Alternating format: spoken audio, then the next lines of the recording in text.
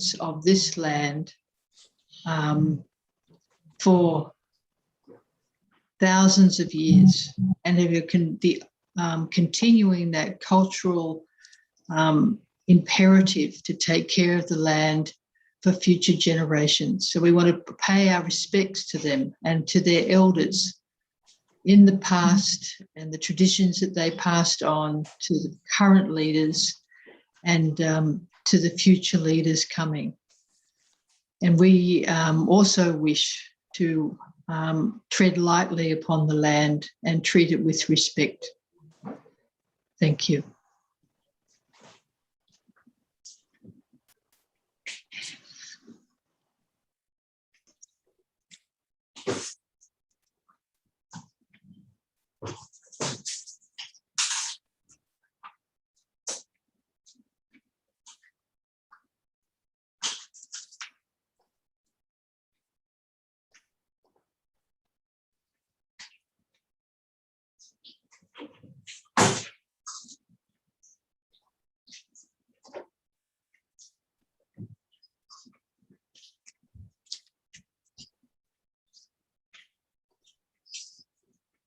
Oh my God, Cleo is on the tree.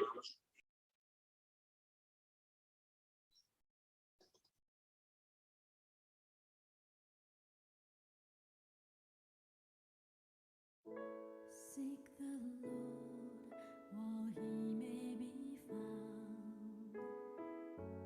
Call upon him while he is near. Let the wicked forsake his way, and the unrighteous man his thoughts. Seek the Lord while he may be found.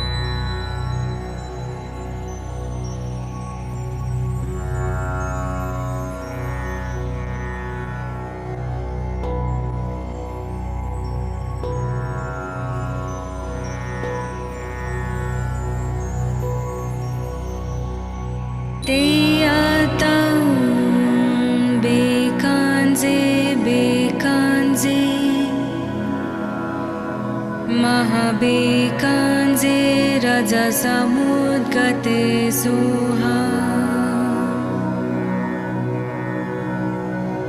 Teyatam bikanze bikanze Mahabhikanze rajasamudgate suha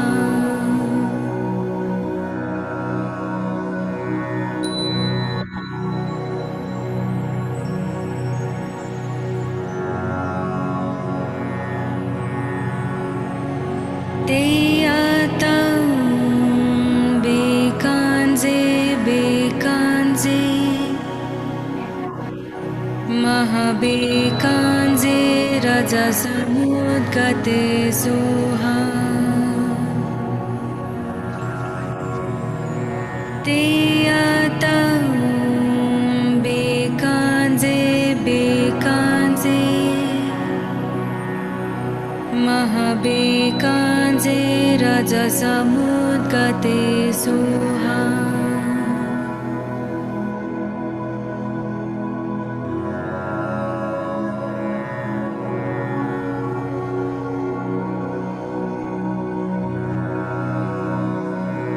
Teyatam bikanze bikanze Mahabhikanze rajasamudgate suha Teyatam bikanze bikanze Mahabhikanze rajasamudgate suha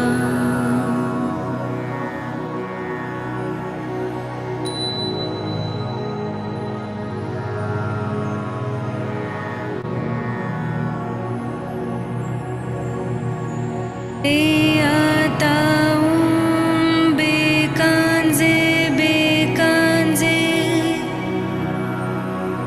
Mahabhikanze rajasamudgate suha Teyatam bikanze bikanze Mahabhikanze rajasamudgate suha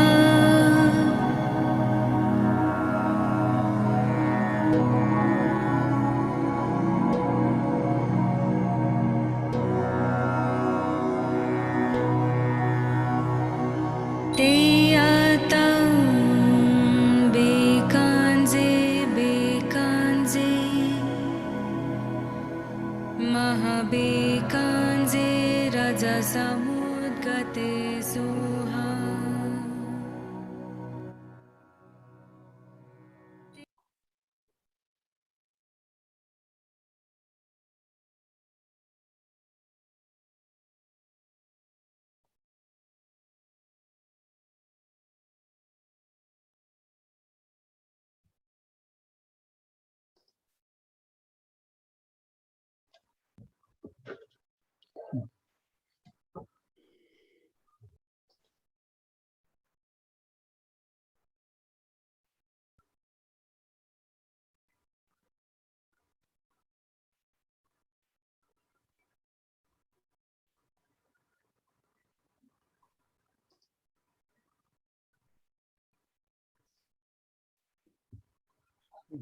Start. The first duty prescribed by God for his servants is the recognition of him who is the dayspring of his revelation and the fountain of his laws, who representeth the Godhead in both the kingdom of his cause and the world of creation. Whoso achieveth this duty hath attained unto all good, and whoso is deprived thereof hath gone astray, though he be the author of every righteous deed. It behoveth everyone who reacheth this sublime station, this summit of transcendent glory, to observe every ordinance of him who is the desire of the world. These twin duties are inseparable, neither is acceptable without the other. Thus hath it been decreed by him who is the source of divine inspiration. Baha'i Scriptures.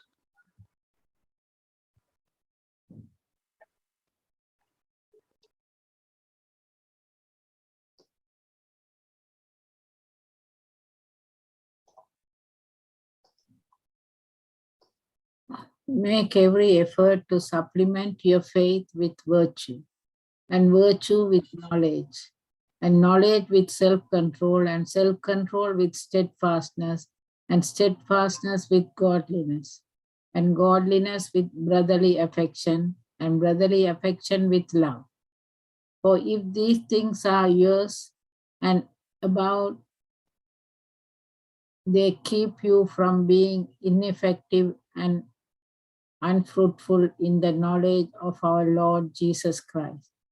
For whoever lacks these things is blind and short-sighted, and has forgotten that he was cleansed from his old sins. Therefore, brethren, be the most zealous to confirm your call and election, for if you do this, you will never fail. So there will be richly provided for you an entrance into the eternal kingdom of our Lord and Savior Jesus Christ.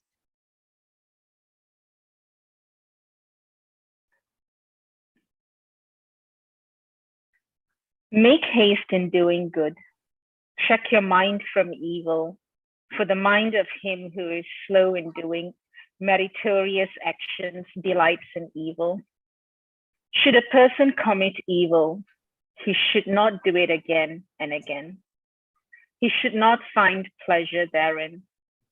Painful is the accumulation of evil. Should a person perform a meritorious action, he should do it again and again. He should find pleasure therein. Blissful is the accumulation of merit. Dhammapada.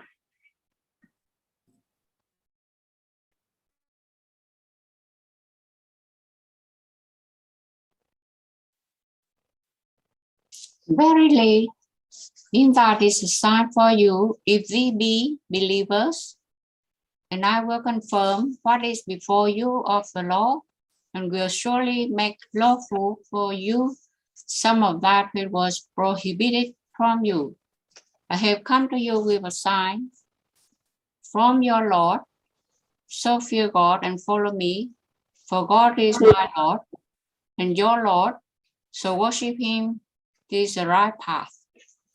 It is not righteousness that returns your faces to the east and the west, but righteous is he who believeth in Allah and the last day, and the angels and the scriptures and the prophets, and giveth wealth for love of him to kinsfolk and to orphans and the needy and the wayfarer, and to those who ask, and to set slaves free, and observeth proper worship, and payeth the poor due.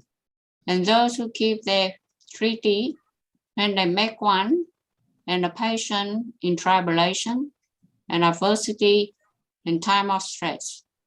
Such are they who are sincere, such are the God-fearing, the Quran.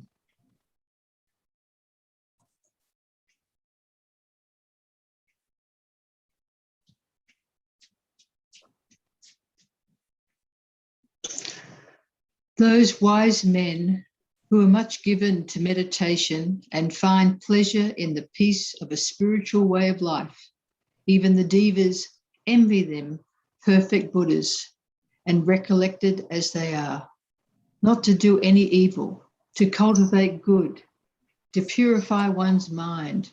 This is the teaching of the Buddhas.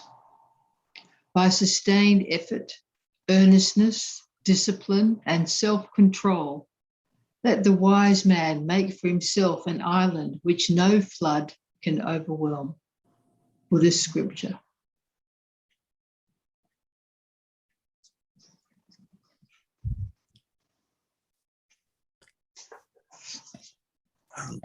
This Atman resplendent and pure, whom the sinless disciples behold residing within the body, is attained by unceasing practice of truthfulness, austerity, right knowledge, and continence.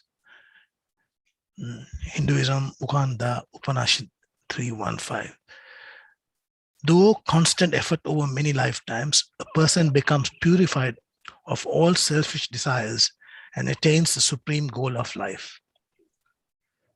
Study of Torah leads to precision, precision to zeal, zeal to cleanliness, cleanliness to restraint, restraint to purity, purity to holiness, holiness to meekness, meekness to fear of sin to saintliness, saintliness to the Holy Spirit, and the Holy Spirit to life eternal, Judaism.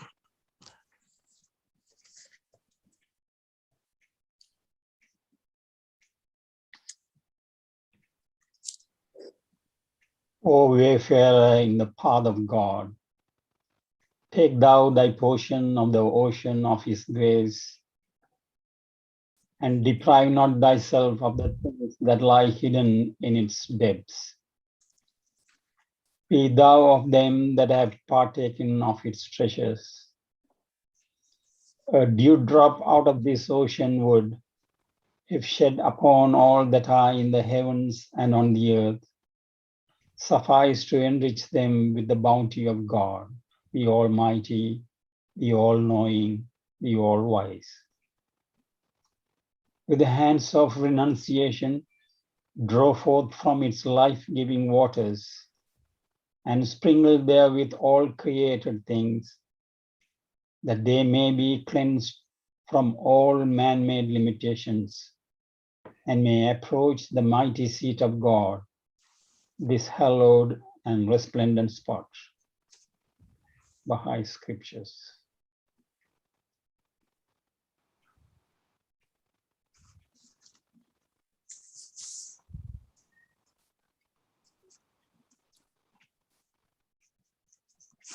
The most important thing is to polish the mirrors of hearts in order that they may become illumined and receptive of divine light. One heart may possess the capacity of the polished mirror, another be covered and obscured by dust and dross of this world. Although the same sun is shining upon both, in the mirror which is polished, pure and sanctified, you may behold the sun in all its fullness, glory and power, revealing its majesty and effulgence. But in the mirror which is rusted and obscured, there is no capacity for reflection. Although so far as the sun itself is concerned, it is shining thereon and is neither lessened nor deprived.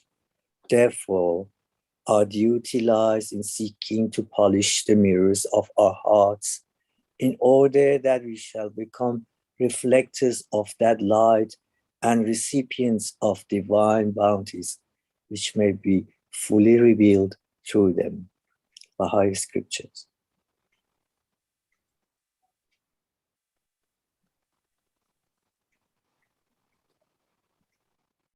When a truth seeker determined to take the step of search in the path leading unto the knowledge of the Ancient of Days, he must, before all else, cleanse his heart, which is the seat of the revelation of the inner mysteries of God, from the obscuring dust of all acquired knowledge. He must purge his breast, which is the sanctuary of the abiding love of the Beloved, of every defilement, and sanctify his soul from all that pertained to water and clay, from all shadowy and ephemeral attachments. He must so cleanse his heart that no remnant of either love or hate may linger therein, lest that love blindly incline him to error, or that hate repel him away from the truth. That seeker must, at all times, put his trust in God, must renounce the peoples of the earth, must detach himself from the world of dust, and cleave unto him who is the Lord of lords. He must never seek to exalt himself above anyone, must wash away from the tablet of his heart every trace of pride and vainglory, must cling unto patience and resignation, observe silence, and refrain from idle thought. Baha'i Scriptures.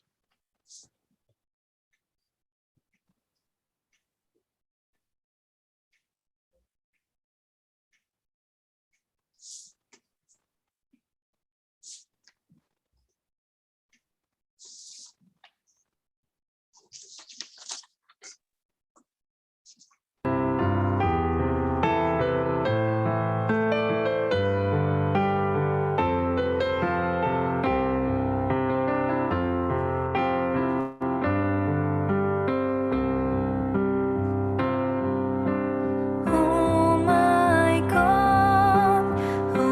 my God, unite the hearts of thy servants and reveal to them thy great purpose. May they follow thy commandments and abide in thy law. Help them, O God, in their endeavor, and grant them strength to serve thee. Oh God, leave them not to themselves, but guide their steps by the light of thy knowledge, and cheer their hearts by thy love. Verily thou art their helper and their Lord.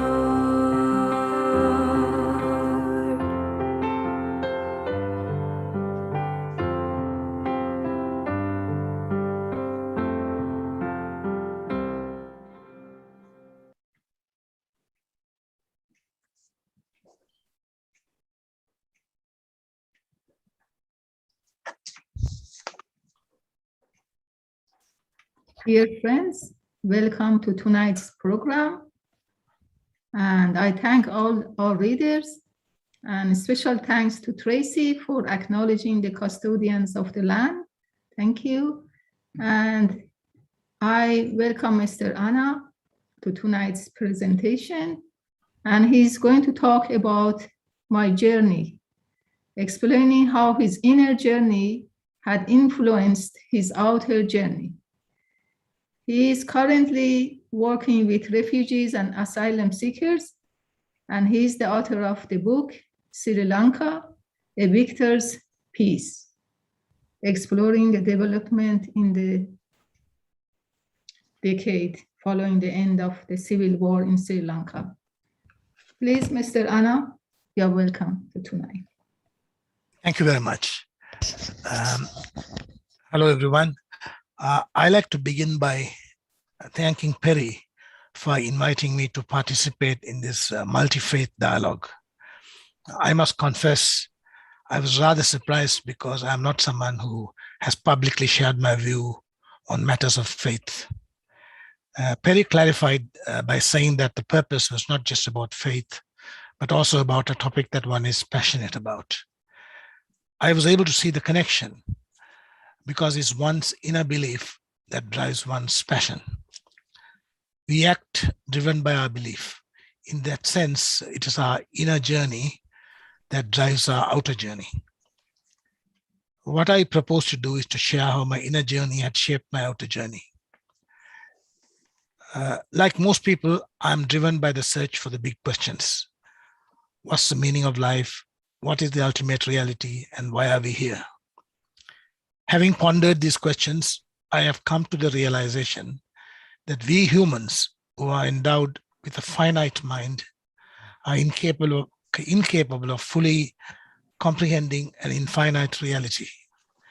At best, what we can hope is to gain during our search is a growing understanding of this truth. In this regard, I'm guided and informed by what the French philosopher, I would like to share this with you.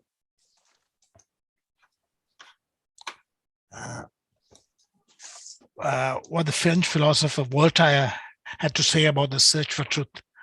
If you give me a minute, I might be able to put it on the screen. Yes, you can share. I'm not very good at this.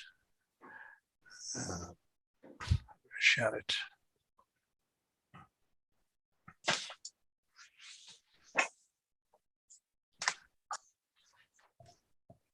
Okay. I think sharing might, I'm not pretty, I must confess I'm not very good at this. So I'll just read it out. It's very short. Okay. What Voltaire said was this: cherish those who seek the truth, but be aware of those who claim to have found it. Let me repeat that. Cherish those who seek the truth, but be aware of those who have claimed to have found it. If you care to dwell on this quote, you will find that Voltaire was warning about those who dogmatically insist that only their version of truth to be a true, and in the process rejecting all others, all other truths revealed through other scriptures, religions, and philosophies. In effect, this covers fundamentalists of all religions who dogmatically insist that theirs is the only truth. With this in mind, I would like to share my own journey and share some of the truths that I have discovered and continue to discover. I was born into a Tamil Christian family in Sri Lanka. My parents attended a church where most of the time the sermons were on the theme of loving your neighbor, doing unto others what you would want them to do unto you, and accepting Jesus as incarnation of God. But the sayings attributed to Jesus, such as, I'm the way and the truth and life, no one comes to the Father except through me, were very rarely raised. I don't think this was because the church did not believe in this saying, but I guess there was an assumption that as the congregation was Christian, there was no need to dwell on it. But occasionally a visiting minister or a priest would preach on this topic. I found this exclusive interpretation of Christianity to be problematic. This was because I counted among my good friends several Buddhists, Hindus, and Muslims, and particularly in view of the following saying attributed to Jesus in Matthew, a synoptic gospel. This is what Jesus says in Matthew. I was hungry and you gave me food. I was thirsty and you gave me drink. I was a stranger and you took me in. I was naked and you clothed me. I was sick and you visited me. I was in prison and you came to me. Then the righteous will answer him, saying, Lord, when did we see you hungry and feed you, or thirsty and give you drink? When did we see you a stranger and take you in, or naked and clothe you? Or when did we see you sick or in prison and come to you? And the king will answer and say to them, assuredly I say to you, inasmuch as you did it to one of the least of these, my brethren, you did it to me. Matthew chapter 25, verses 35 to 40. To me, these verses meant Jesus recognizing divinity in the most wretched, marginalized outcasts of humanity. This to me was a more uplifting message. I just could not reconcile that Jesus with the one who is reported to have commanded, no one comes to the Father except through me. The exclusivist claims by the more conservative segments of the Christian population, both implicitly and explicitly, greatly troubled me. I needed to resolve this conundrum. I was lucky that in my early 30s, having arrived in Australia, I had started to attend the Uniting Church. Here I found the emphasis was very much on social justice and standing for the marginalized, the poor and the oppressed. This touched a chord, and I chose to remain with this church. Meanwhile, the minister at this church and I became good friends, and he helped me understand a great deal about the Bible, particularly about the New Testament. Having studied theology, Michael, my friend, was able to unpack many of the sayings attributed to Jesus. I do not wish to go into details other than to point out that the explanation provided by my friend Michael was that these statements needed to be understood in context. The exclusive claim attributed to Jesus that no one comes to the Father, God, except through me, was of concern to many Christian theologians. One of them, Reverend Wesley Ariyaraja, a director with the Geneva-based World Council of Churches, was moved to write a book titled Not Without My Neighbor, and another book titled The Bible and the People of Other Faiths. One of the main themes of both books was to provide a theological and historical background to this very problematic statement, no one comes to the Father or God except through me, and view them as a subjective observation made by a particular chronicler of the life of Jesus. Again, I do not wish to dwell on them, but the arguments provided by Reverend Ariyaraja were quite persuasive. The other area covered by Ariyaraja was the universality of certain truths. Here, I would like to share with you a prayer that Reverend Ariyaraja would use during his sermons. This is how the prayer goes. This is my prayer to thee, my Lord. Strike at the root of penury in my heart. Give me the strength to lightly bear my joys and sorrows. Give me the strength to make my love fruitful service, my fruitful in service. Give me the strength never to disown the poor or bend my knees before insolent might. Give me the strength to raise my mind high above the daily trifles, and give me the strength to surrender my strength to thy will with love. At the end of this prayer, he would ask the congregation whom they thought was the author of the prayer. Invariably, the congregation would respond, attributing it to some Christian saint, St. Francis of Assisi, or someone of that sort. At this point, Reverend Ariyaraja would tell them that this was a prayer by Tagore, a Hindu poet, and in this process help them appreciate the universality of all religions. I'm eternally grateful to Reverend Ariyaraja and my friend Michael, minister in the Uniting Church, to help me counter the exclusive claim made by the conservative segments of the Christian church. But there are several other authors who have written on the subject, one of whom is Reverend Spong, an American of the Episcopal Church in America from 1979 to 2000, who wrote, among other books, Rescuing the Bible from the Fundamentalist. Then there are books by Marcus Borg, a theologian, who has also written several books identifying the commonality between the teachings of Jesus and that of other faiths. Much relieved that Christianity was an inclusive religion, I embraced Jesus' identification with the poor and the marginalized, and took this to be the central message. My search, however, was not confined to Christianity.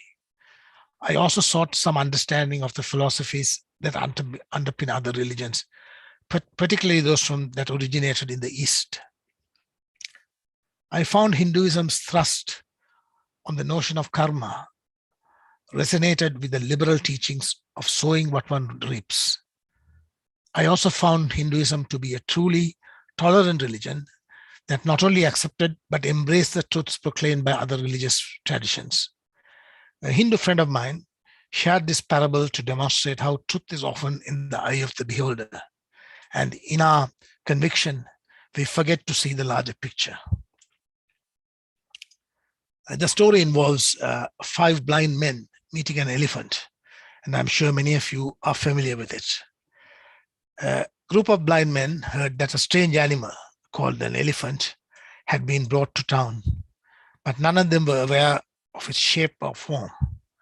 Out of curiosity, they said, "We must inspect and know it by touch, of which we are capable." So they sought it out, and when they found it, they groped about it. The first person whose hand landed on the trunk said, "This being is like a thick snake." For another, whose hand had reached his ear, it seemed like a kind of fan. As for another person, another blind man, whose hand was upon its leg, the elephant was a pillar, something like a tree trunk. The blind man who placed his hand on its side said, "Elephant is a wall." Another who felt its tail described it as a rope. The last felt its tusk, stating that the elephant is that which is hard, smooth, and like a spear. Needless to say, the parable implies that one's subjective experience can be true, but that such experience is inherently limited by our failure to account for other truths or the totality of truth. I greatly appreciated the central idea of Buddhism that attributes attachment to the suffering and the notion of living in the presence. Here again, I was well informed by a book written by a man called Andrew Leung, a Chinese American, called the Zen Teachings of Jesus Christ, whereupon he looked upon the Zen teachings in the light of the Christian teachings and Christian parables, and saw the commonality between Zen Buddhism and Tao and Christianity. But as I stated earlier, my passion has been mainly dictated by Christ's message of peace to all men and standing with the oppressed and the marginalized. Peace cannot be realized without justice. Coming from Sri Lanka, I devoted most of my energy in seeking what I regarded to be a negotiated peace to the ongoing conflict between the Sri Lankan state and the Tamil people. That is a peaceful solution based on justice for all parties. This involved a lot of advocacy work with the NGOs, media, and parliamentarians. Between 2000 and 2009, I worked for an organization called the Center for Just Peace and Democracy, a think tank based in Switzerland. The organization was anxious that there was interaction between the parties to the conflict.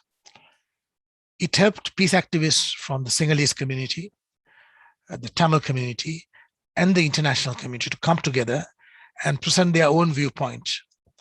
These views were then presented to international bodies involved in promoting a negotiated solution, while a ceasefire was in place between the warring parties.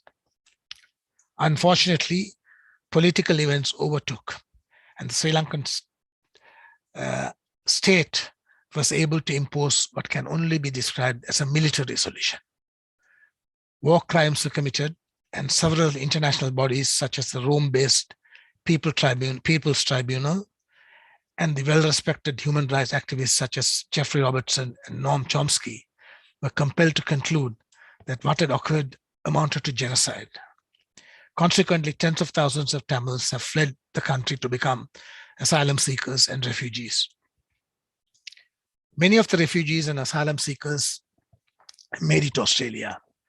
And since 2012, I have devoted my energy working with several organizations helping these people. My work with the Refugee Casework Advisory Service, RACS, involves interpreting their cases, the cases of the refugees or asylum seekers, to help them gain a protection visa. I also work with an organization called Relationship Australia and Settlement Service Australia to help these people navigate life in Australia. One of the projects I work with is in the context of domestic violence, which is prevalent in this community, which has been traumatized. I work on a program called Men's Behavior Change to help these men who are involved in domestic violence, understand violence, what domestic violence is, and how they can change their behavior. The course is delivered on the premise that men can change their behavior only when they realize and accept the issue as a man's problem and not as a woman's problem. Without using guilt, the program helps the men understand the issues involved that range from a clear understanding of what domestic violence is, the impact of their own upbringing, and the strategies to manage anger. The program is run over 18 weeks. In order to demonstrate that domestic peace needs to be underpinned by gender equality, these workshops are facilitated by a man and a woman. Having completed one round disrupted by COVID, we are now in the middle of the second round. The other project I work with is on parenting. Parenting itself is challenging. It's a challenging issue marked by intergenerational conflicts. But for the refugees and asylum seekers, it is even more challenging because they also have to cope with cultural differences. This program is run over 6 weeks, and to date, I have completed 2 rounds of this. Also between 2009 and 2019, I wrote articles for international journals explaining events as they unfolded following the end of Sri Lanka's civil war. The book is titled Sri Lanka, A Victor's Peace. And in this book, I have sought to draw attention to how peace that prevails in Sri Lanka is a coercive peace, imposed at gunpoint, and most importantly, how Sri Lanka's future is endangered by the geopolitical interests of regional and superpowers. What I have shared with you are just snippets from my journey, both internal and external. I am essentially a private person, but I was moved to share with you when Perry, whom I had known for a while, wanted me to speak about this topic I was passionate about. I did so mainly because I have a profound respect for Perry's own quest for truth. Thank you. Thank you very much, Mr. Anna, for sharing with us your journey. I think it was very inspiring, and it's all your concerns are very close to all of us, to everybody who is a human. He would love to see, the parenting and, stopping the domestic violence and lots of other, issues which affecting the community. And your journey is also it's very true that we all have lots of things is in common. We have many things that we can solve together rather than we look at our differences. And I would invite friends to ask questions. Are you all right with some questions? Yeah, thank you very much for those kind words. It's very encouraging. I'm happy to take any question and give you my take on it. Yes, thank you. Please, friends.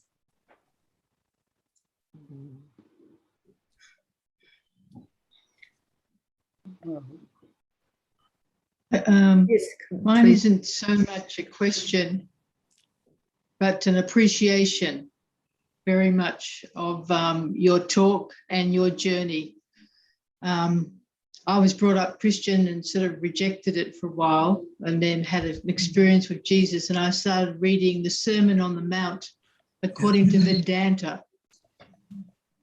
So Hinduism helped me to understand Jesus, and so I had the same struggle of the exclusive God shared in Christianity, which I could not accept. But studying other religions helped me to find Jesus' heart too. So I very much resonated with your speaking and your journey of understanding, the conflict between Jesus' teaching and how people interpret it and the church structure applies it. So, and thank you for all your work. And I really wish you many blessings. Thank And you very it's much. so vital. Thank you. So vital. I might perhaps ask my good friend John, who is here, who has also been a great inspiration, because he too works with refugees quite passionately, and he's also a minister with the Uniting Church, which has this inclusive outlook. So may I ask John to also say something?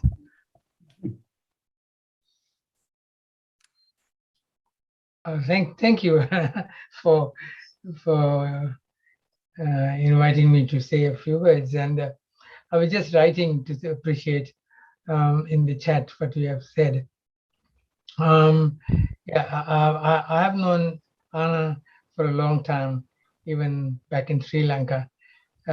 His parents, very God-fearing and very loving, very hospitable, gentle people. Mother is, both mother and father have been the same. And the mother is still there, and then she's a real saintly lady.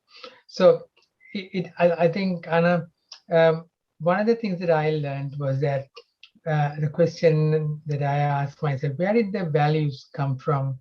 You shared that, because of your own quest and for the truth and for the purpose in life, which everyone should ask.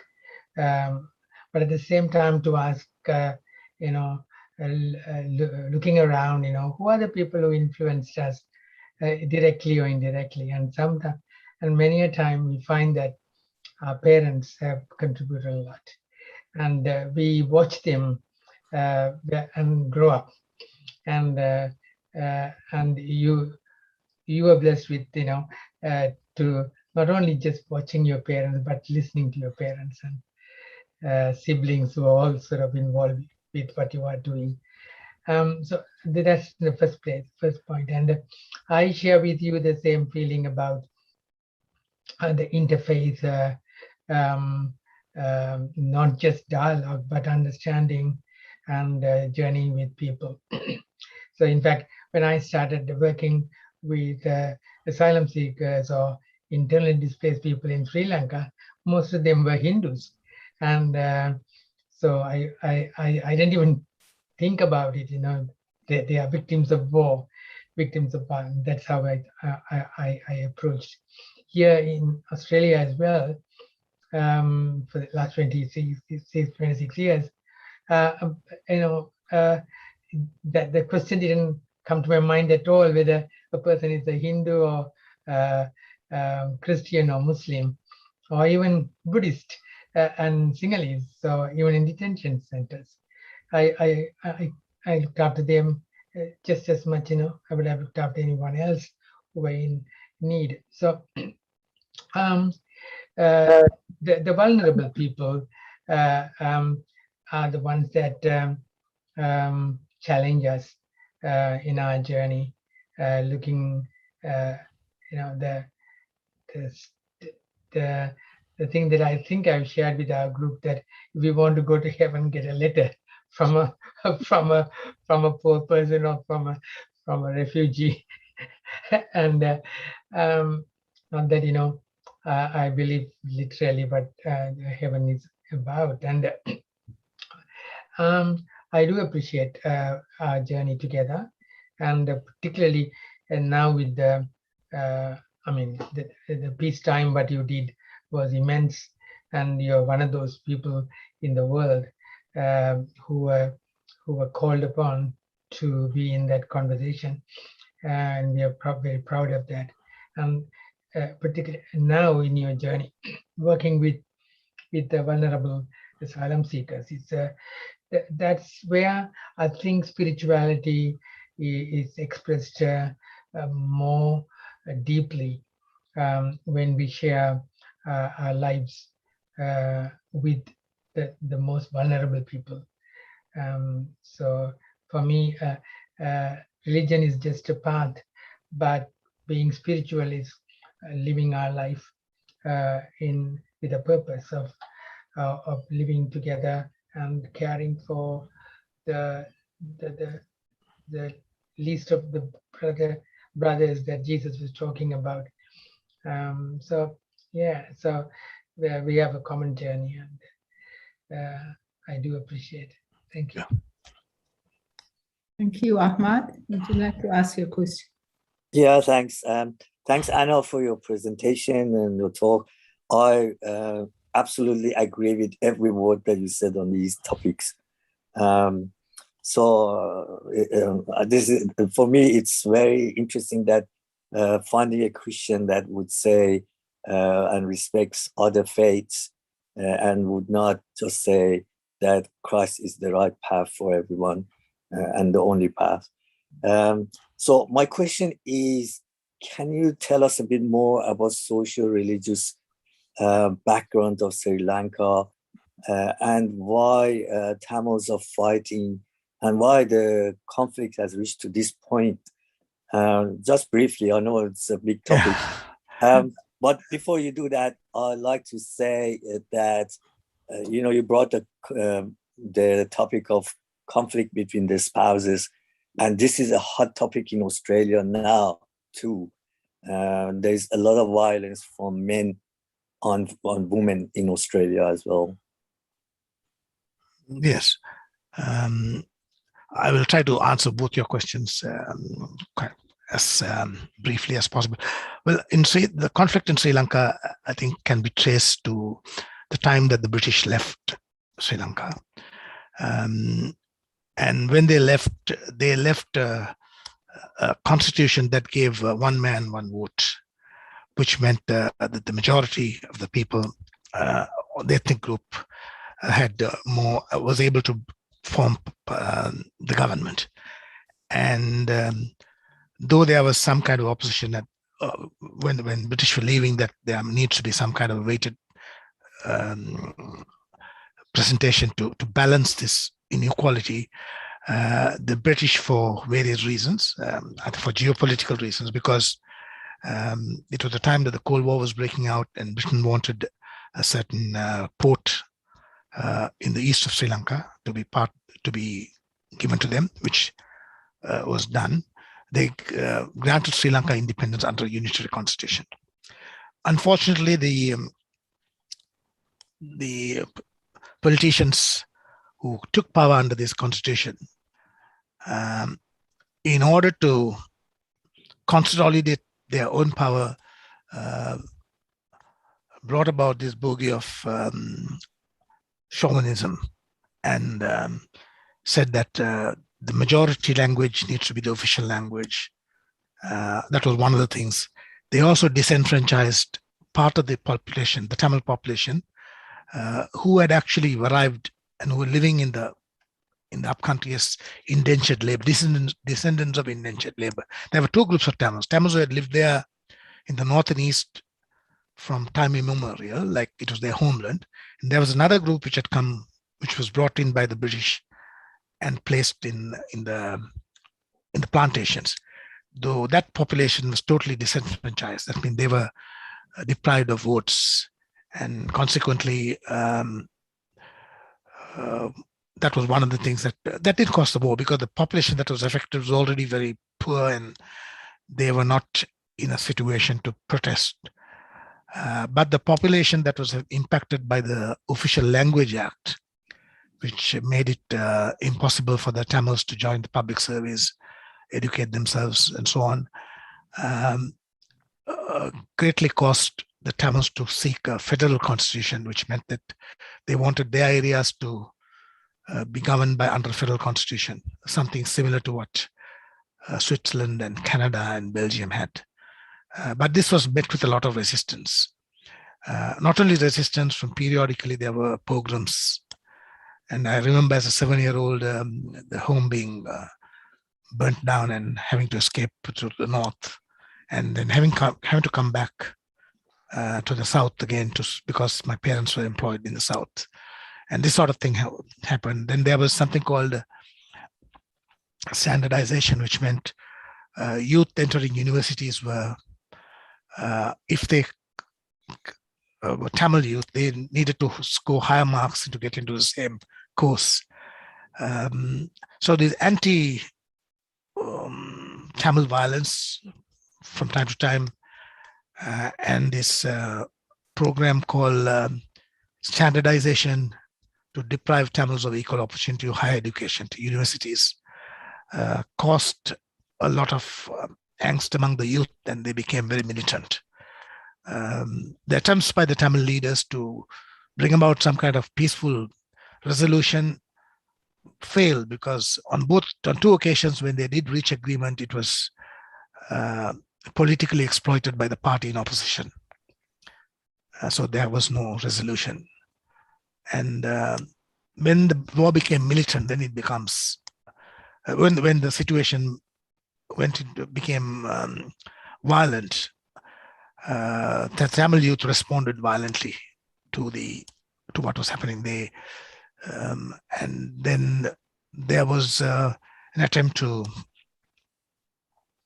end this violence, and there was an election where the Tamils voted for independence, making matters even harder for the Sri Lankan government to concede. So consequently, there was it resulted in a civil war between the Tamil men.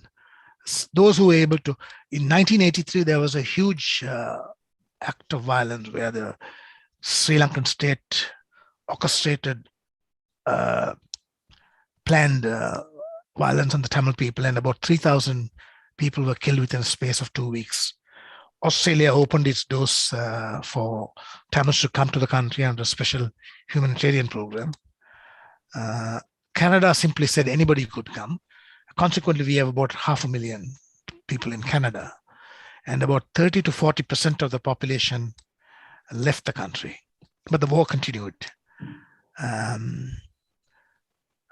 In 2002, there was an attempt to bring about some peace, but unfortunately, there were the hawks among the Sri Lankan state at that time prevailed, and the ceasefire broke within a few years. And it was during the ceasefire that I worked with an organization that sought to bring about some kind of a peaceful solution. On the basis there was something along the lines of Canada and Belgium and all those. But it didn't quite work out. Instead of that, today we have a situation where the Tamil homeland is fully occupied. There is a army presence of 1 for every 5 civilians. Tens of thousands who have disappeared are not accounted for, and all that kind of thing. And meanwhile, there's involvement by the Chinese government and the US government and India to bring about some kind of to position themselves in that area. So there is that conflict going on too. So today the situation is pretty much hopeless.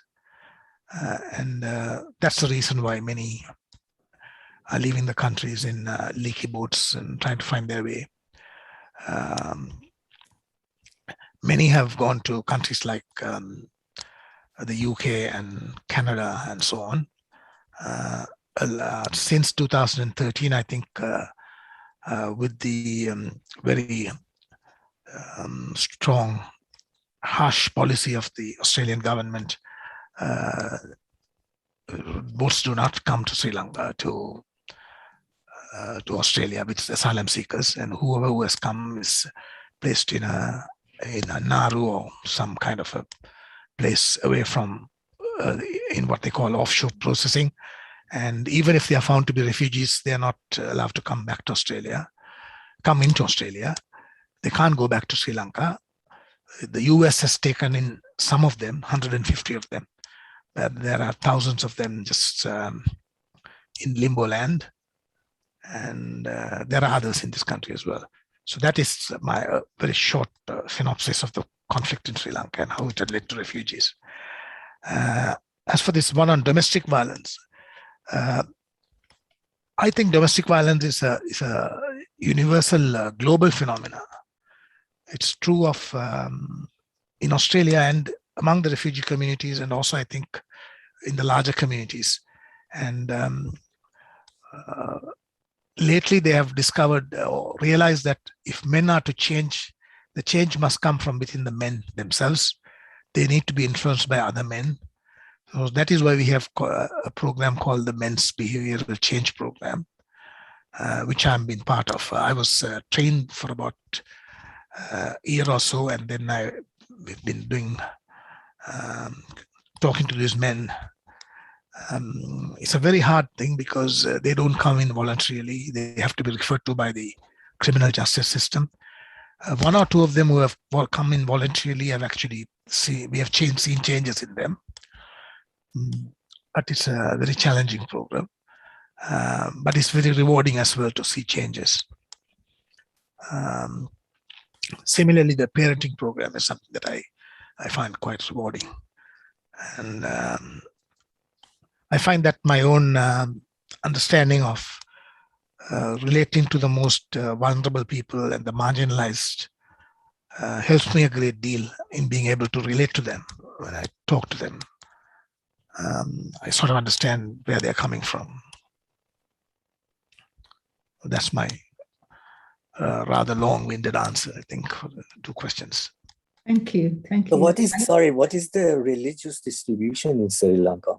Okay, that's interesting because the conflict is not influenced by religion, because among the Tamils, you find Tamils who speak, people who speak Tamil. There are Muslims or people who follow the Islamic faith, Hindus and Christians.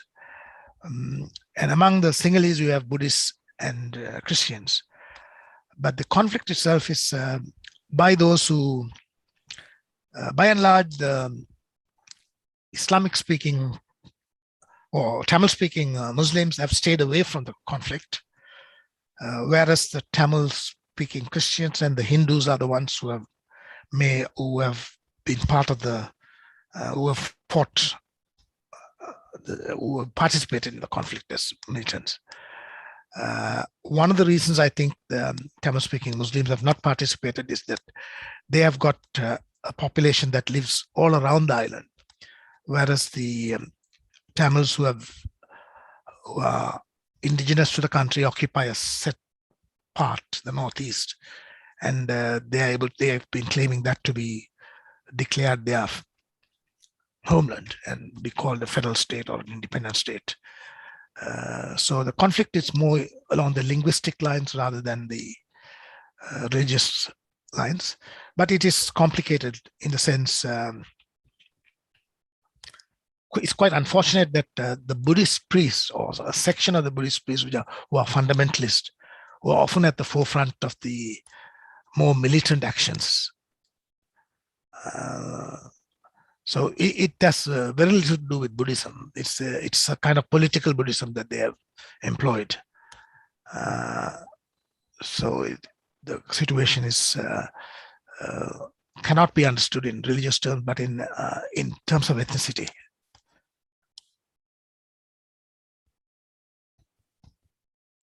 Thank you. Thank you. Yeah, Ali? I hope I was clear, but Yeah. it's a pretty difficult. Ali, could you ask your question, Ali? Yeah, thank you, Zora.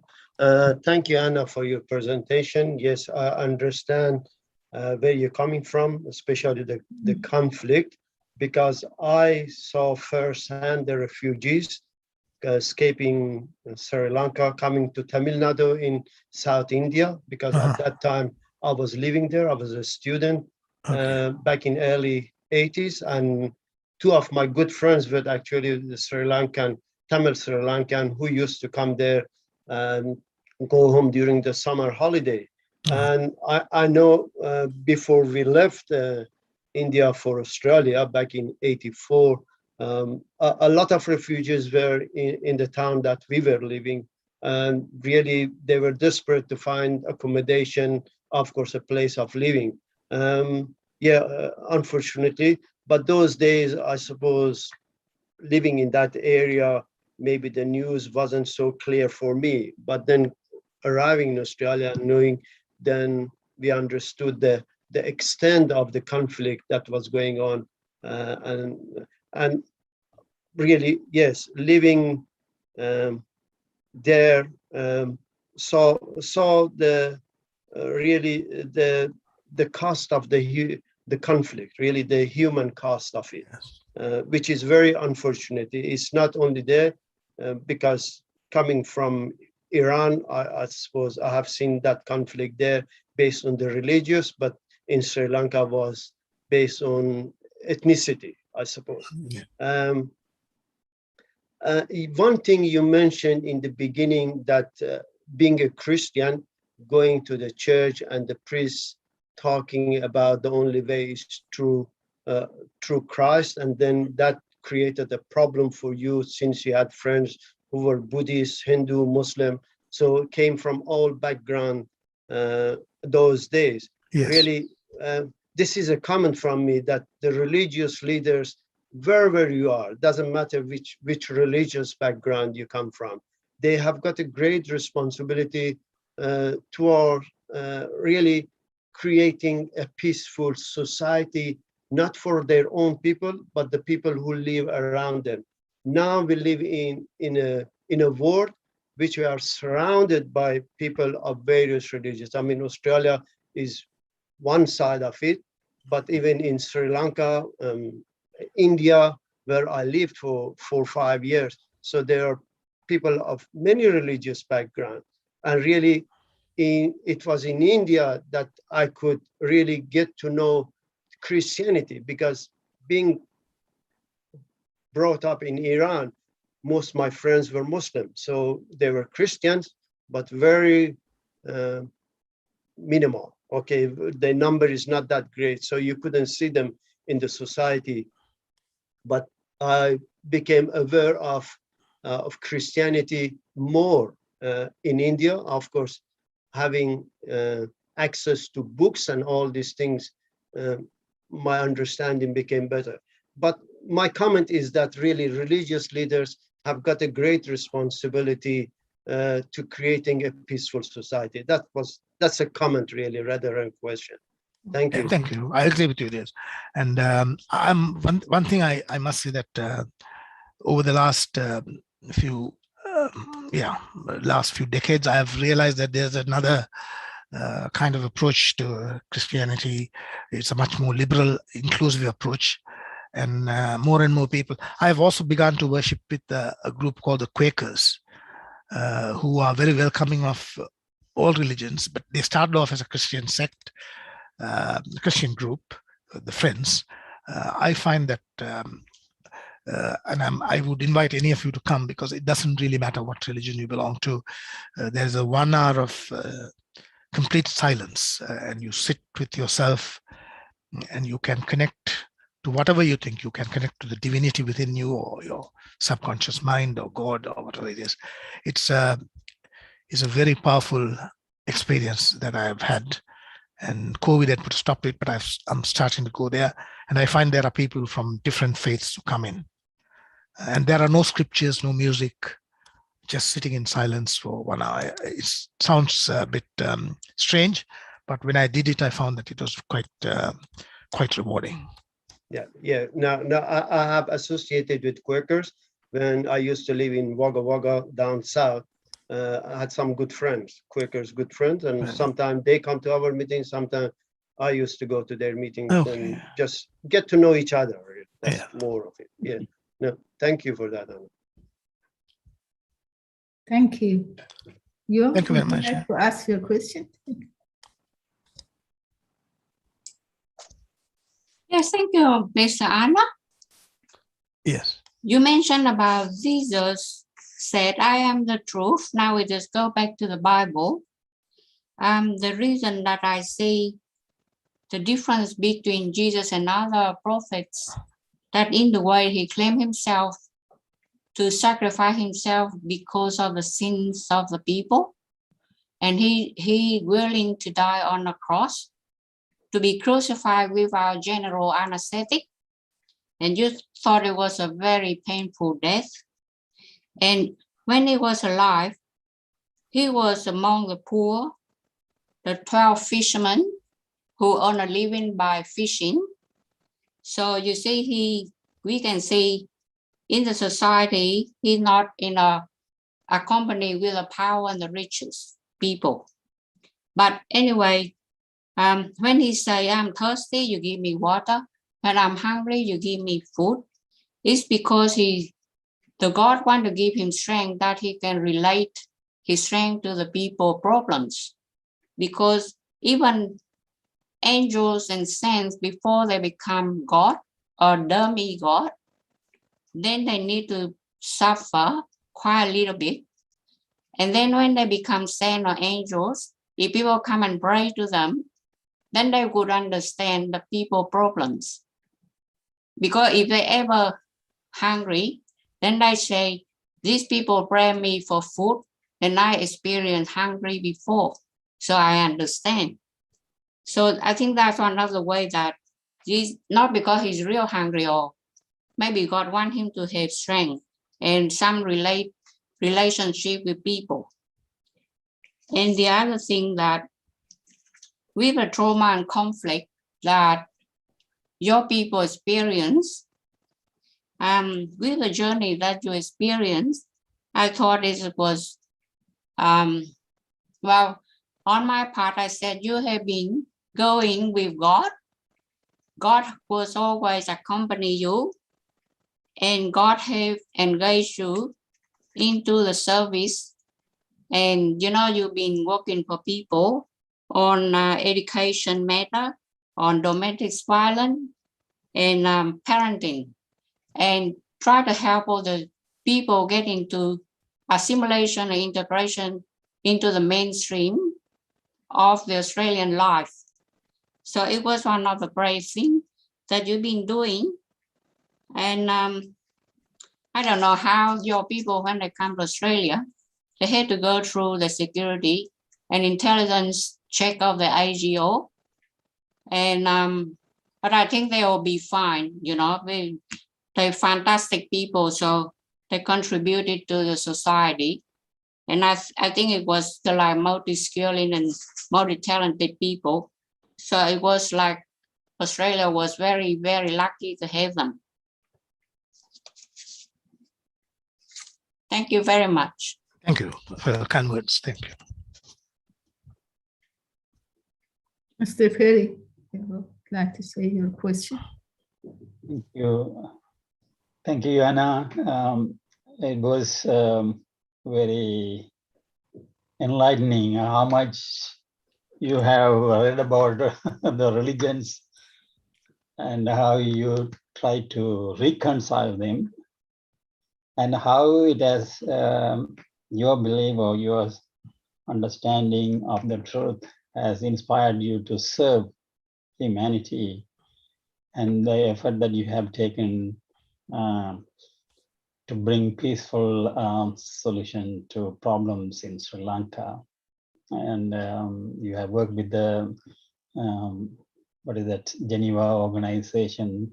Yeah, based in Center for Justice, Peace and Democracy. Yes, all these things. Yeah, I didn't know much of these things that you, you have been doing. That's very praiseworthy. Everyone who wants to, who is following a spiritual path, unless we do service to humanity, it is, if you don't apply this in our daily life, then it is of no value. I have actually appreciated the readings in those few times I've participated, and I've often, having read it, needed to ponder on some of those readings. Even today, the readings actually make a huge difference in our understanding as we progress along, because it tells you of the truth in so many. As I said, truth is a many splendid thing. Yes. And so I'm happy and glad that you gave me this opportunity to participate. Yes, and one of the things that I wanted to share was that what Baha'u'llah said about the well-being of mankind, its peace and security are unattainable unless and until its unity is firmly established. This unity can never be achieved so long as the counsels revealed by the pen of the Most High are suffered to pass unheeded. To me, these conflicts are all over the world. Now, even here in Australia, on one side we have the refugees and asylum seekers lingering in the periphery of the country and offshore, while within the country we have the indigenous people. They are suffering in many ways, and it's all over around the world. But I firmly believe that for the whole humanity, peace and security, we have to establish unity. And this unity, he says, it will not be achieved if we don't listen to God's guidance. Now, God's guidance has been coming in different times, through different messengers. It itself has caused some sort of divisions. And it is because of those religious prejudices, many of the wars and the problems are. And this forum that we initiated is to bring an understanding among the friends who have different religions to come together. But I'd like to share a quote, because I want to ask a question.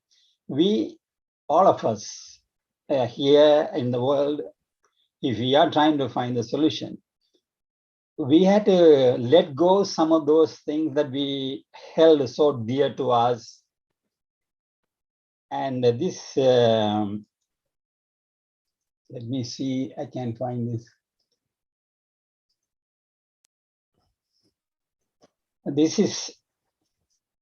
This was from the Guardian of the Faith, Shoghi Effendi. He wrote this: the call of Baha'u'llah is primarily directed against all forms of provincialism, all insularities and prejudices. If long cherished ideals and time-honored institutions, if certain social assumptions and religious formulae have ceased to promote the welfare of the generality of mankind, if they no longer minister to the needs of a continually evolving humanity, let them be swept away and relegated to the limbo of obsolescent and forgotten doctrines. Why should these, in a world subject to the immutable law of change and decay, be exempt from the deterioration that must needs overtake every human institution? For legal standards, political and economic theories are solely designed to safeguard the interests of humanity as a whole, and not humanity to be crucified for the preservation of the integrity of any particular law or doctrine. Now, my question is, well, probably you have centered your focus was on the conflict in Sri Lanka, but in general, the conflicts are everywhere. So there are certain things we cling, whether they are institutions or laws or dogmas or practices. What are some of those things that we should relegate to the limbo so that we can come together? So what are your thoughts, Anna? Yeah, I agree with most of what you've said. I think all of what you've said. I think at the end of the day, change will only come about when every human heart changes. Mm-hmm. And this is where I think Jesus is, something that Jesus said, love thy neighbor, is to love everyone. I mean, even those whom you have had differences. Once I think there's a change of heart across humanity, where we don't, our identity is not purely that is derived from external factors like religion or ethnicity or whatever it is. There's change of heart. Then there can be a dialogue and things can change. I don't think that will mean that us actually jettisoning our identity and ethnicity, but trying to understand any issue from another person's perspective as well, which is what I think what we were trying to do at the, when I say negotiated peace, you really take into account that even the oppressor is acting in a way because they are driven by certain fears and all that kind of thing. So you really need to go. So that is the kind of peace that both parties are able to see the other, and what they would call in management lingo as win-win solution, where you and it involves a change of heart. Heart is most important. Yes, It's that's what I think, and I think that it has to come through understanding the truth through different teachings. But central to this, to me, is loving your neighbor. And even the issue we have in Australia, one of the issues I think we have here in this country is this great inequality in wealth between the powerful and the powerless. And this is a direction that the world is going as we speak. Sadly. And sadly, this is happening in this country, between countries and within countries. And and socially conscious people need to act in a way that we can ensure that that kind of a disparity does not continue. So to me, I have no one answer. I think change of heart in some form. Yes. Where we see the other man's point of view and we are able to have this kind of dialogue. I think is definitely a way to go. Thank you. Thank you very much. I would like. Thank you. Patanaja, do you want to ask your question?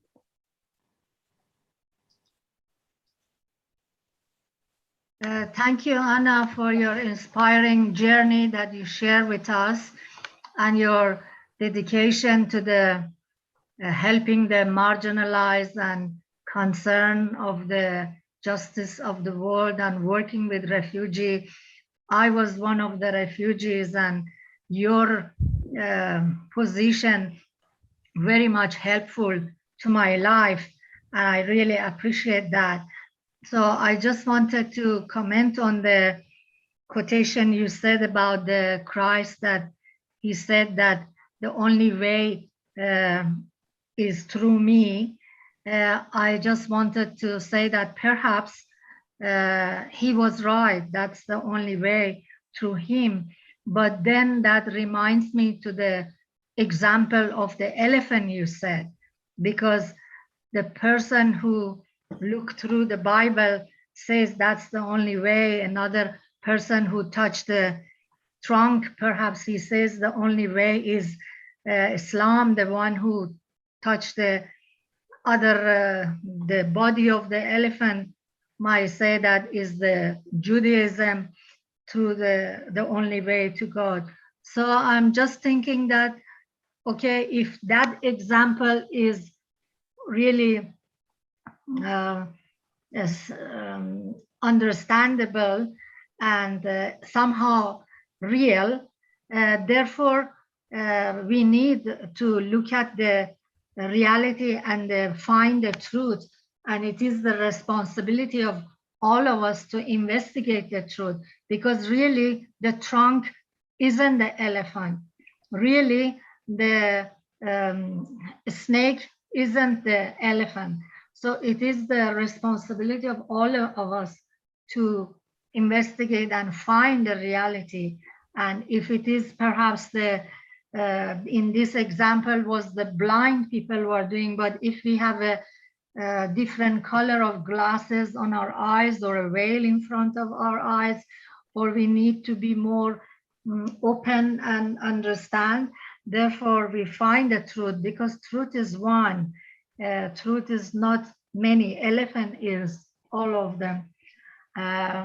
Just wanted to comment on that perhaps when Jesus says that he's the only way, he is looking from his own way, and the others also having the same, but all of us, we have to find the truth. What do you think? Yeah, as I said, I think you answered the question. You said we need to look at, like the elephant, we just need to understand what the others have seen. And as I said, with our finite mind, we'll never be able to understand the total truth because it's too big for all of us. Reality, as we see, is what our brain perceives. And we know that beyond that reality, there is something really, beyond what we see, that there is something real. And that's all what we know. But I don't think we can, with our finite minds, we can understand the whole thing. But we should be prepared, be open to truth as they unfold them, so we can increase and widen our understanding. We should seek to do that. And the more we do, I think more tolerant and better and more loving we would become. Thank you.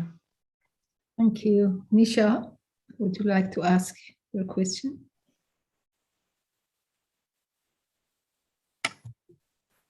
Yeah, hi, Mr. Anna. Thank you so much for sharing your journey with us today.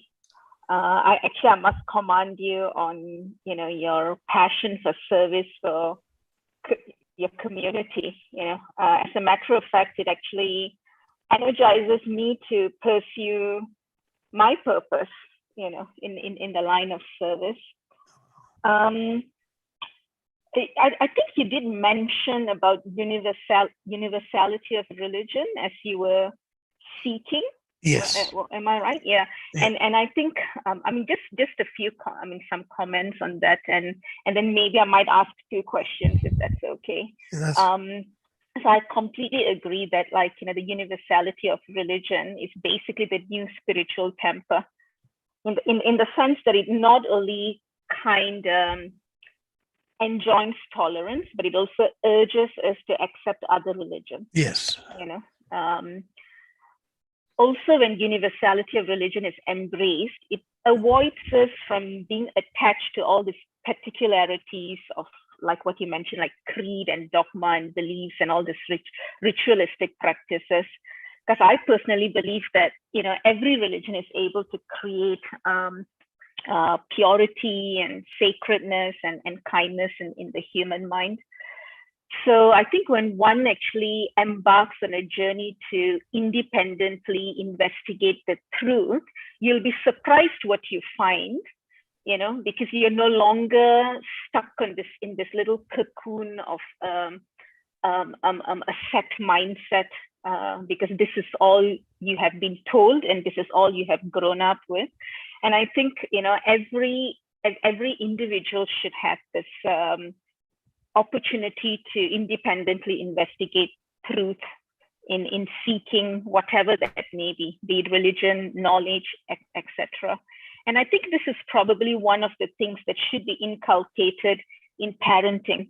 As you mentioned earlier, that one of the classes that you do undertake is parenting. And I think this is, probably one of the concepts that one can actually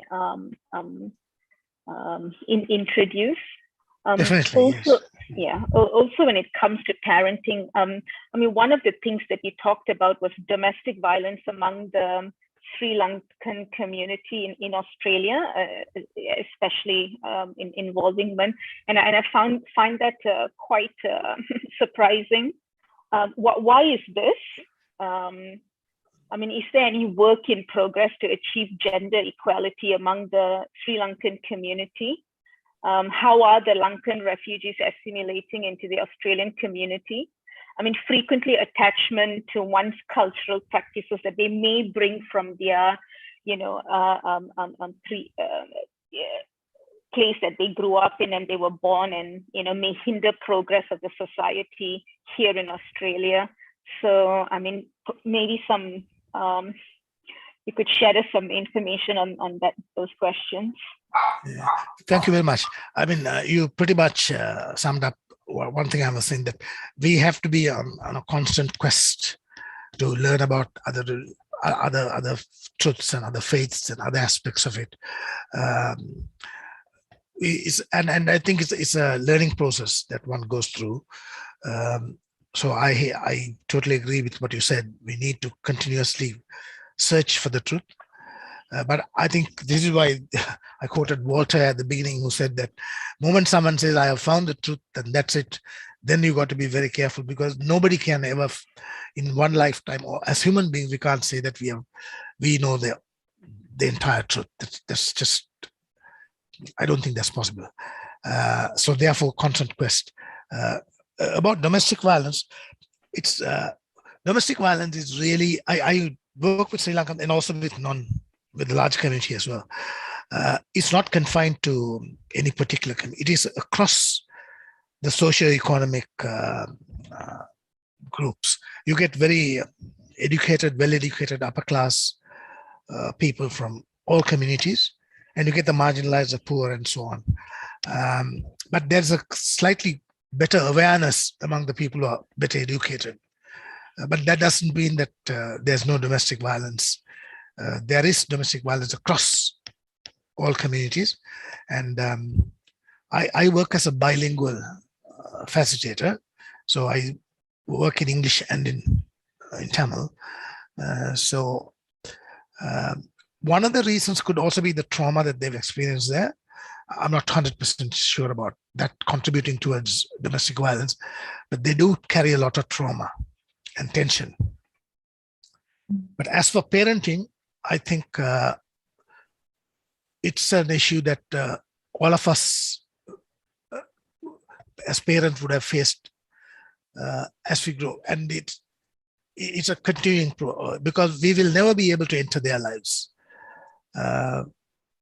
They will always be very different to us. And I think there's a saying by Khalil Gibran, they're made of us, but they are not quite us. They are like the arrows that we are the bows and they are the arrows. So in that sense, children are very different, but we need to give them some values. And one of the values that I seek to give them is to have an open mind about truth when it comes to this. But the other thing on parenting that we say is that to be very patient with them. When you talk to them, that's called self-regulating. We regulate ourselves. So when we speak to them, or tell them about something, they are able to listen. If we are emotionally unstable and we are in a place of anger in trying to correct them, often it's the anger that they registers, not the message. So these are stuff that I've learned while being taught about parenting, and something that you learn on the job. And I'm sure all of us have made mistakes in parenting, but we learn as we go along. I'm just lucky that some of these people are able to learn it through others who have been trained. Thank you. Father John, would you like to answer? Yes, just to sort of make a comment on what Fatana was asking at the time. As Anna said, it is any passage in the Bible or any other scriptures should not be taken out of context. So what Jesus said, I am the way, the truth, and the life, comes in the context of Jesus preparing the disciples before his death.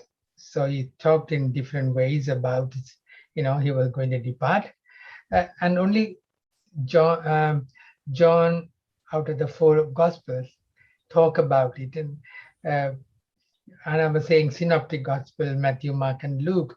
Then John, Johannine thinking is completely different. He's very theological, and he was very much to the point of telling the world that he is the one to come. He was the Word. He was the Creator. He is the one who came in flesh, and to believe in him is, as he finishes the book, the Gospel, that challenges us to believe in Jesus as the Son of God. So the question was asked by Philip when Jesus said, there are many mansions, and he was saying about, I will come back and take you where I am going to be. So Philip asked, where are you going? We don't know where you are going. Then he said, I am the way, the truth, and the life. So you were talking about, Zora, about this Galilean ministry, where Jesus is seen as God in our midst. What Jesus was, what Jesus did, that is the way. That's the way that we have to follow. And in my ministry, and I'm sure in Anna's, we follow the man who walked the roads of Galilee, what he did as a human being.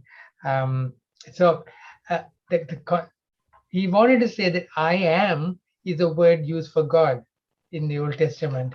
Moses was the revelation to Moses when he asked, who are you? He said, I am the one. So the I am is referred to now Jesus. So I am the way, the truth, and the life. I am the light. I am the bread of life. It goes on for 7 sayings of I am. So that's the context. So I do appreciate the next person who talked, Nisha, that every religion will talk that their path is the right path, but this is the context. And the other thing that Anna was talking about, the domestic violence, it is true, as he says, the stress and the PTSD background of the refugees do contribute to alcoholism and gambling and violence. They came from a violent background as well, lived among in the midst of violence. So, and the other thing is that there is sort of a norm within inverted commas that men can treat women as they like. That is in a few cultural groups. So to break that is very difficult.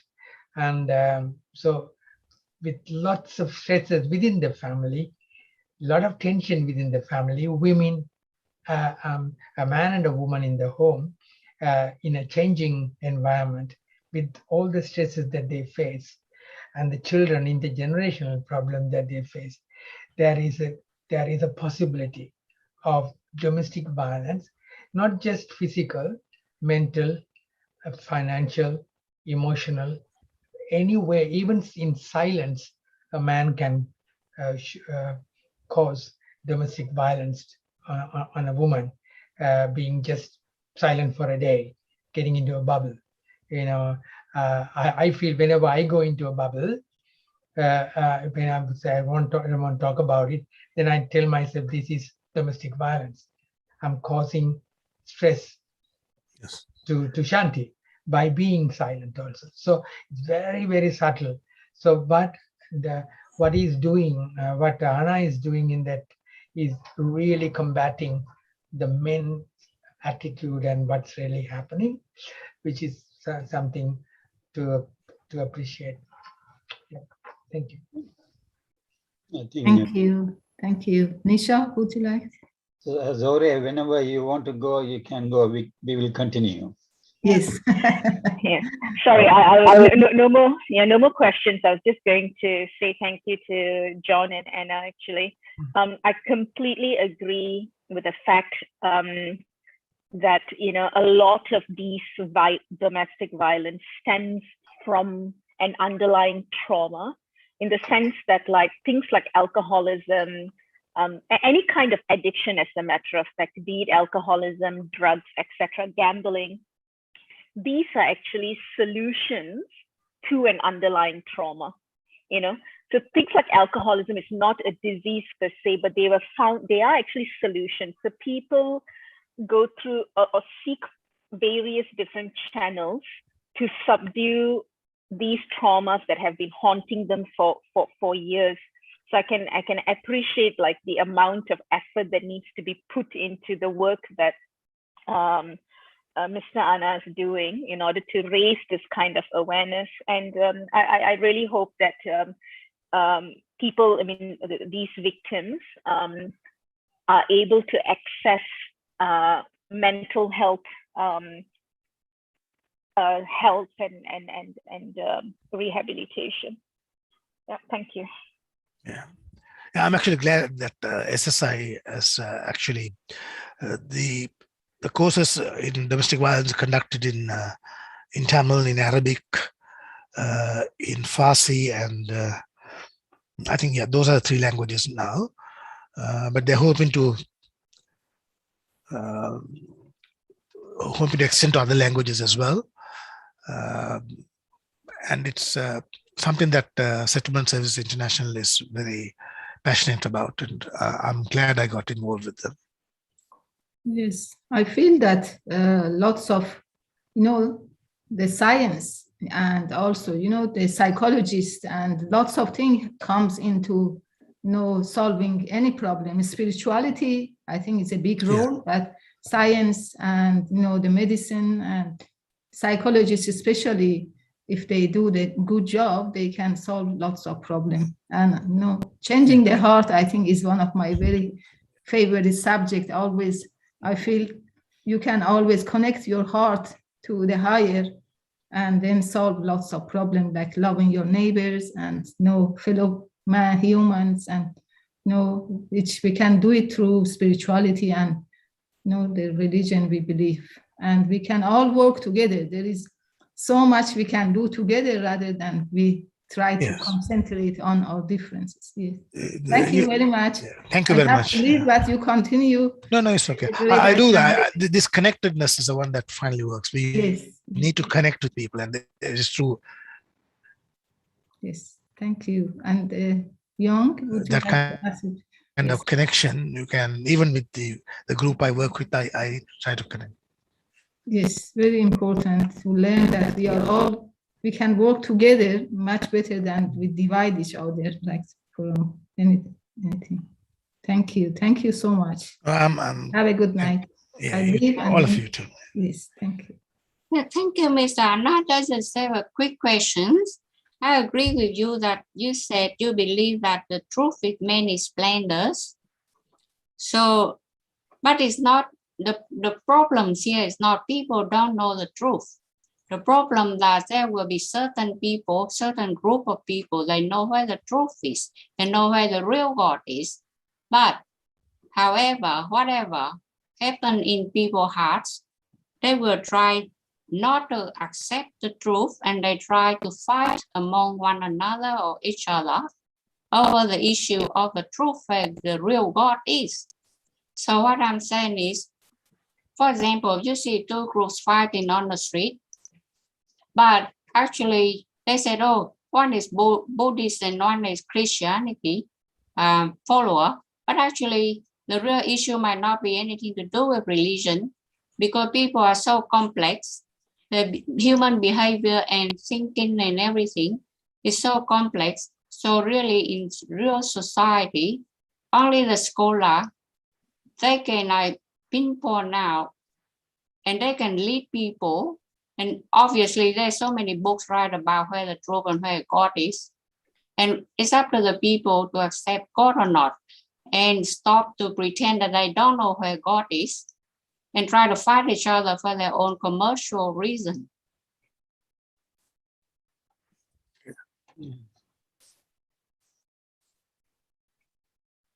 you're right, Jung, that no one has, I think Anna in his presentation, he mentioned that no one has actually understood the ultimate truth or the ultimate reality. And everyone feels what they think is right. Honestly, they think that way. But when it is not in agreement with others, that's when the conflict comes. Yes. Anna, do you want to make any comment or? No, I think I'm happy that I was able to participate in today's gathering. Certainly, I only shared just my journey, and I was hoping that Yes. everyone's journey is very different to one another. So, in the course of my journey, I thought I have gained some understanding and some insights, which I thought I should share, because that inner journey, as I said earlier, is the one that drives my outer journey. Yes. What I do outside with working with the refugees or all that is driven by my desire to my inner journey, which is ongoing. As I said, now in addition to the Uniting Church, now I work with the Quakers, and I learn more there as I sit in silence. So, Nisha has asked, could you repeat the quote by the? Oh, you already mentioned that. Which one? The French writer. Walter. Yeah. I think Walter's quote was, is a cherish those who, I'll just read it here. Cherish.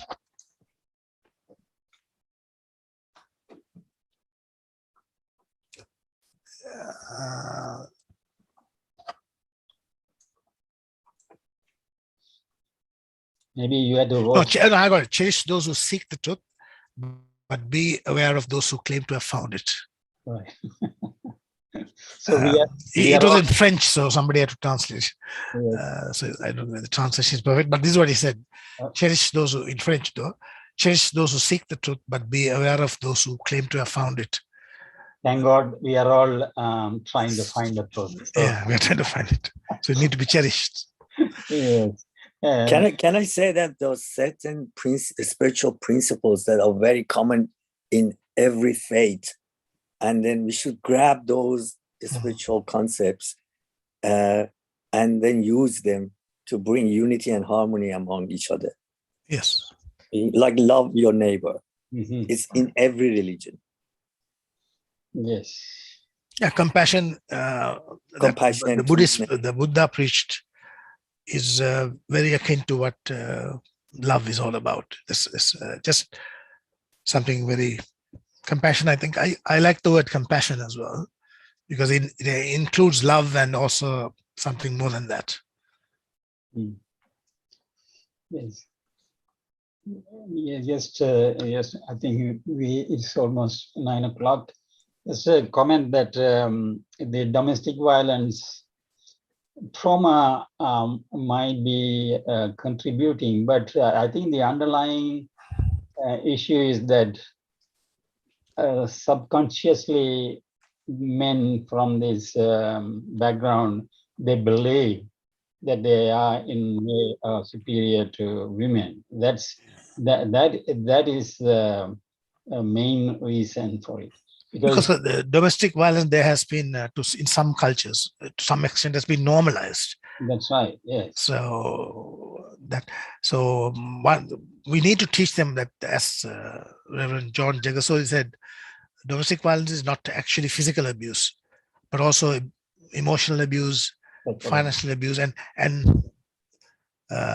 cutting their social connections. Isolating them, not talking to them, all that.